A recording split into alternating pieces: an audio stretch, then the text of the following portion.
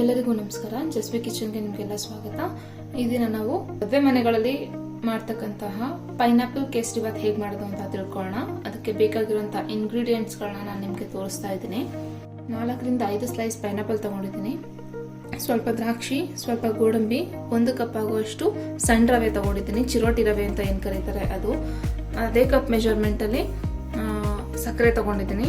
ಇಲ್ಲಿ ಸ್ವಲ್ಪ food colour use ಮಾಡ್ತಿದ್ದೀನಿ, ಯಾಕಂದ್ರೆ ಪೈನಾಪಲ್ ಕೇಸರಿ ಬಾತ್ ಕಲರ್ ಇಲ್ಲ ಅಂತಂದ್ರೆ ಚೆನ್ನಾಗಿ ಕಾಣಲ್ಲ ಅನ್ನೋ ಪರ್ಪಸ್ಗೋಸ್ಕರ ಲೆಮನ್ ಕಲರ್ ತಗೊಂಡಿದ್ದೀನಿ. ಮತ್ತೆ ನಾವು ಎಷ್ಟು ರವೆ ತಗೊಂಡಿರ್ತೀವಿ ಅದ್ರದ್ದು ಅರ್ಧ ಅಥವಾ ಮುಕ್ಕಾಲು ಪ್ರಮಾಣದಷ್ಟು ನಾವು ತುಪ್ಪನ ಯೂಸ್ ಮಾಡಬೇಕು. ನಾನಿಲ್ಲಿ ಅರ್ಧಕ್ಕಿಂತ ಸ್ವಲ್ಪ ಜಾಸ್ತಿ ತಗೊಂಡಿದ್ದೀನಿ. ಸೊ ಇಷ್ಟು ಇಂಗ್ರೀಡಿಯೆಂಟ್ಸ್ನ ಯೂಸ್ ಮಾಡಿಕೊಂಡು ಜೊತೆಗೆ 1 ಲವಂಗ ತಗೊಂಡಿದ್ದೀನಿ. ಬೇಕಂದ್ರೆ ನೀವು ಏಲಕ್ಕಿ ಪುಡಿ ಸೇರಿಸಬಹುದು, ಬೇಡ ಅನ್ನೋದಾದ್ರೆ ಇಷ್ಟು ಇಂಗ್ರೀಡಿಯೆಂಟ್ಸ್ ಎಲ್ಲ ನಾವು ಮಾಡಬಹುದು. ಮೊದಲಿಗೆ ನಾನು ತಗೊಂಡಿರುವಂತ ಪೈನಾಪಲ್ ನ ಕಟ್ ಮಾಡ್ಕೋತಾ ಇದ್ದೀನಿ. ಸೊ ಇದರಲ್ಲಿ ಏನು ಮಧ್ಯದಲ್ಲಿ ದಿಂಡಿನಂಶ ಇರುತ್ತೆ, ಇದನ್ನ ತಗೊಳ್ಳೋದು ಬೇಡ, ಯಾಕಂದ್ರೆ ಬೇಯೋದಕ್ಕೆ ತುಂಬಾ ಟೈಮ್ ತಗೊಳುತ್ತೆ. ಏನಿಲ್ಲಿ ಸುತ್ತ ಇರ್ತಕ್ಕಂತಹ ಹಣ್ಣೇನಿದೆ ಅದನ್ನ ಮಾತ್ರ ನಾನು ಇವಾಗ ಕಟ್ ಮಾಡಿ ತಗೋತೀನಿ.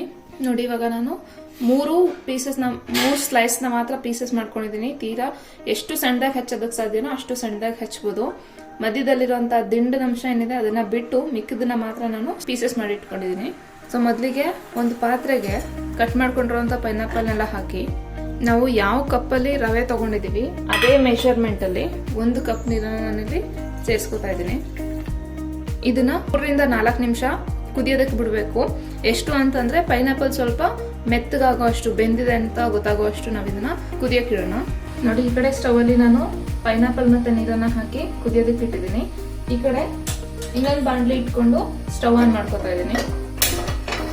ಫ್ಲೇಮ್ ಮೀಡಿಯಂ ಗಿಂತ ಕಡಿಮೆ ಇದ್ರೇನೆ ಸಾಕು. ನಾನಿಲ್ಲಿ ಸ್ವಲ್ಪ ತುಪ್ಪ ತಗೋತಾ ಇದ್ದೀನಿ. ನೋಡಿ, ಇವಾಗ ತುಪ್ಪ ಎಲ್ಲ ಕರಗಿದೆ. ಗೋಡಂಬಿ ಹಾಕೋತಾ ಇದ್ದೀನಿ. ಗೋಡಂಬಿ ಸ್ವಲ್ಪ ಫ್ರೈ ಮಾಡ್ಕೋಬೇಕು. ಆ ಕಡೆ ನೀರು ಕುದೀತಾ ಇದೆ. ಪೈನಾಪಲ್ 50 to 60% ಬೇಯುವಷ್ಟು ನಾವು ಅದರಲ್ಲಿ ಕುದಿಸ್ಕೋಬೇಕಾಗುತ್ತೆ. ಪೈನಾಪಲ್ ನೀರಿಟ್ಟಿರೋದನ್ನ ಫ್ಲೇಮ್ ಸ್ವಲ್ಪ ಕಡಿಮೆ ಮಾಡ್ತಾ ಇದ್ದೀನಿ. ನೋಡಿ, ಕಲರ್ ಸ್ವಲ್ಪ ಚೇಂಜ್ ಆಗ್ತಿದೆ. ನಾನು ಇವಾಗ ಇದನ್ನ ತೆಗಿತಾ ಇದ್ದೀನಿ. ನೆಕ್ಸ್ಟ್ ಇದೆ ತುಪ್ಪಕ್ಕೆ ದ್ರಾಕ್ಷಿ ಸೇರಿಸ್ಕೊತಾ ಇದ್ದೀನಿ. ದ್ರಾಕ್ಷಿ ಉಬ್ಕೊಳ್ಳೋ ತನಕ ಮಾತ್ರ ನಾವು ಉರಿಬೇಕು. ನೋಡಿ, ಇದು ಆಗಿದೆ, ತೆಗಿತಾ ಇದ್ದೀನಿ. ನೆಕ್ಸ್ಟ್ ಇದೇ ತುಪ್ಪಕ್ಕೆ ನಾನು ರವೆ ಹಾಕೋತಾ ಇದ್ದೀನಿ. ಫ್ಲೇಮ್ ಸಿಮ್ ಅಲ್ಲಿ ಇಟ್ಕೊಂಡಿದ್ದೀನಿ.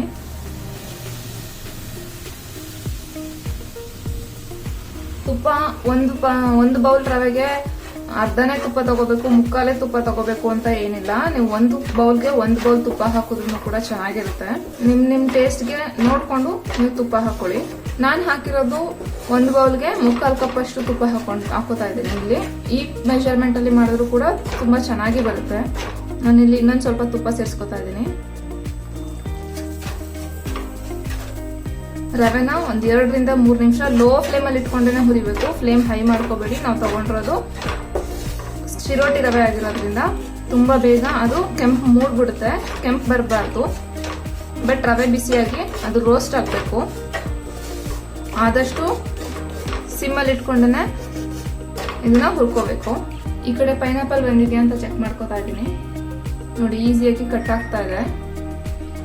ಸೊ ಇನ್ನೊಂದು ನಿಮಿಷ ಬಿಟ್ಟು ನಾನು ಇದನ್ನ ತೆಗೆದಿಟ್ಕೋತೀನಿ. ನೋಡಿ, ಇವಾಗ ಅದಾಗಿದೆ. ನಾನು ಸ್ಟವ್ ಆಫ್ ಮಾಡ್ಕೋತಾ ಇದ್ದೀನಿ. ಸೊ ಈ ನೀರು ಕೂಡ, ಪೈನಾಪಲ್ ಕೂಡ ಬೆಂದಿದೆ. ಈ ನೀರನ್ನ ತೆಗೆದು ನಾನು ಬೇರೆ ಪಾತ್ರೆಗೆ ಶಿಫ್ಟ್ ಮಾಡ್ಕೋತಾ ಇದ್ದೀನಿ. ಸೊ ಅದೇ ಪಾತ್ರೆಗೆ ನಾನು 2 ಕಪ್ ಆಗುವಷ್ಟು ನೀರನ್ನ ಸೇರಿಸ್ಕೋತಿದ್ದೀನಿ. ನಾನಿಲ್ಲಿ 2 ಅರ್ಧ ಕಪ್ ತಗೋತಾ ಇದ್ದೀನಿ, ಯಾಕಂದ್ರೆ ಪೈನಾಪಲ್ ಬೇಯೋ ತನಕ ಅರ್ಧ ಕಪ್ ಅಷ್ಟು ನೀರು ಖಾಲಿ ಆಗ್ಬಿಟ್ಟಿದೆ. ಅದರಿಂದ ನಾನಿಲ್ಲಿ 2.5 ಕಪ್ಪನ್ನ ನೀರು ಬಿಸಿಗಿಟ್ಟಿದ್ದೀನಿ. ಈ ಕಡೆ ರವೆ ಉರ್ದಾಗಿದೆ. ನೀರ್ ಕಾದಿಲ್ಲ ಅಂತ ನಾನು ಇಲ್ಲಿ ರವೆ ಆಫ್ ಮಾಡ್ಕೊಂಡಿದ್ದೀನಿ. ನೀರ್ ಕಾಯೋ ತನಕ ಇದು ಸೀದೋಗ್ಬಿಡುತ್ತೆ ಅಂತ. ಇಲ್ಲಿ ನಾನೇನು ಪೈನಾಪಲ್ ನ ನೀರ್ನ ಬೇಯಿಸಿ ಇಟ್ಕೊಂಡಿದ್ದೀನಿ.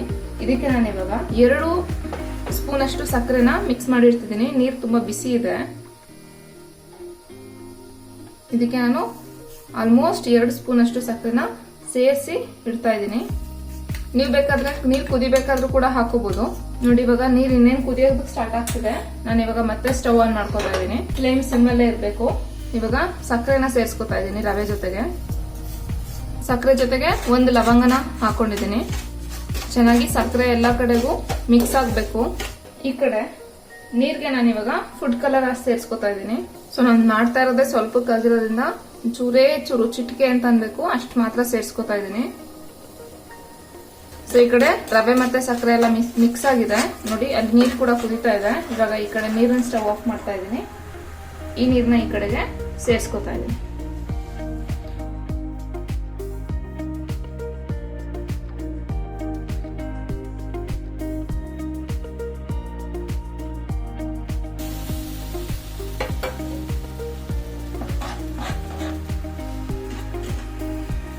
ನೀಟಾಗಿ ಮಿಕ್ಸ್ ಮಾಡಬೇಕು, ಎಲ್ಲೂ ಗಂಟಾಗಬಾರ್ದು ನೋಡಿ. ಇವಾಗ ನಾನು ನೀಟಾಗಿ ಮಿಕ್ಸ್ ಮಾಡ್ಕೊತಾ ಇದ್ದೀನಿ. ಎಲ್ಲೂ ಗಂಟಾಗದೇ ಇರೋ ರೀತಿಯಲ್ಲಿ ನೀವು ಮಿಕ್ಸ್ ಮಾಡ್ಕೊಳ್ಳಿ. 99% ಗಂಟು ಆಗಲ್ಲ. ಇನ್ ಕೇಸ್ ಆದ್ರೆ ಅಂತ ಸ್ವಲ್ಪ ನೋಡ್ಕೊಂಡು ಮಿಕ್ಸ್ ಮಾಡ್ಕೊಳ್ಳಿ. ಸಕ್ಕರೆ ಮಿಕ್ಸ್ ಮಾಡಿರೋದ್ರಿಂದ ರವೆ ಸರಿಗ್ ಜೊತೆ ನೀರ್ ಜೊತೆಗೆ ಸರಿಗ್ ಮಿಕ್ಸ್ ಆಗ್ಲಿಲ್ಲ ಅಂದ್ರೂ ಕೂಡ ಸಕ್ಕರೆ ಮೆಲ್ಟ್ ಆದಾಗ ಅದು ತಾನಾಗೇನೆ ಗಂಟೆಲ್ಲ ಕರಗುತ್ತೆ ನೋಡಿ. ಇವಾಗ ನಾನು ಹಾಕಿರೋ ನೀರ್ನೆಲ್ಲ ರವೆ ಚೆನ್ನಾಗಿ ಅಬ್ಸರ್ವ್ ಮಾಡ್ಕೊಂಡಿದೆ. ಟೆಕ್ಸ್ಚರ್ ನಿಮಗೆ ಕಾಣಿಸ್ತಾ ಇದೆ ಅಂತ ಅನ್ಕೊಂತಿದ್ದೀನಿ. ತುಂಬಾ ಚೆನ್ನಾಗಿದೆ. ನಾನು ಈ ಟೈಮಲ್ಲಿ ನಾನು ಏನ್ ಪೈನಾಪಲ್ ಬೇಯಿಸ್ಕೊಂಡು ನೀರ್ ಹಾಕಿ ಇಟ್ಕೊಂಡಿದ್ದೆ, ಸಕ್ಕರೆ ಮಿಕ್ಸ್ ಮಾಡಿದ್ದೀನಿ, ಅದನ್ನ ಇಲ್ಲಿ ಸೇರಿಸ್ಕೊತಾ ಇದ್ದೀನಿ.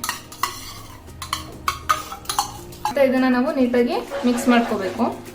ಸೊ ಫುಡ್ ಕಲರ್ ನಾನು ಸ್ವಲ್ಪನೇ ತಗೊಂಡಿರೋದು, ತುಂಬಾ ಲೈಟ್ ಆಗಿ ಹಾಕಿದ್ದೀನಿ. ಫುಡ್ ಕಲರ್ ಯೂಸ್ ಮಾಡಬಾರ್ದು ಅಂತ, ಬಟ್ ಇದರಲ್ಲಿ ಅಷ್ಟು ಪ್ಲೆಸೆಂಟ್ ಆಗಿ ಇರಲ್ಲ. ಕೇಸರಿ ಬಾತ್ ಅನ್ನೋ ಕಾರಣಕ್ಕೋಸ್ಕರ ನಾನು ಚೂರು ಕಲರ್ನ ಯೂಸ್ ಮಾಡಿದ್ದೀನಿ. ಸೊ ನೀರು ಬೇರೆ ಕೇಸರಿ ಬಾತ್ ಬೇರೆ ಹಾಕ್ಬಾರ್ದು. ಎಲ್ಲ ಕಡೆಗೂ ಕೂಡ ಪೈನಾಪಲ್ ಮಿಕ್ಸ್ ಆಗಬೇಕು. ಆ ರೀತಿ ಮಿಕ್ಸ್ ಮಾಡ್ಕೊಳ್ಳಿ.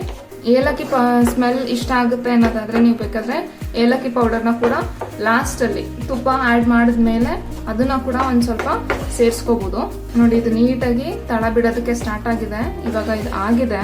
ನಾನೀಗ ಏನ್ ಬ್ಯಾಲೆನ್ಸ್ ತುಪ್ಪ ಉಳಿಸ್ಕೊಂಡಿದ್ದೆ ಅದನ್ನ ಇಲ್ಲಿ ಸೇರಿಸ್ಕೊತಾ ಇದ್ದೀನಿ. ತುಪ್ಪ ಸೇರಿಸಿದ್ಮೇಲೂ ಕೂಡ ನಾವು ನೀಟಾಗಿ ಮಿಕ್ಸ್ ಮಾಡ್ಕೋಬೇಕು.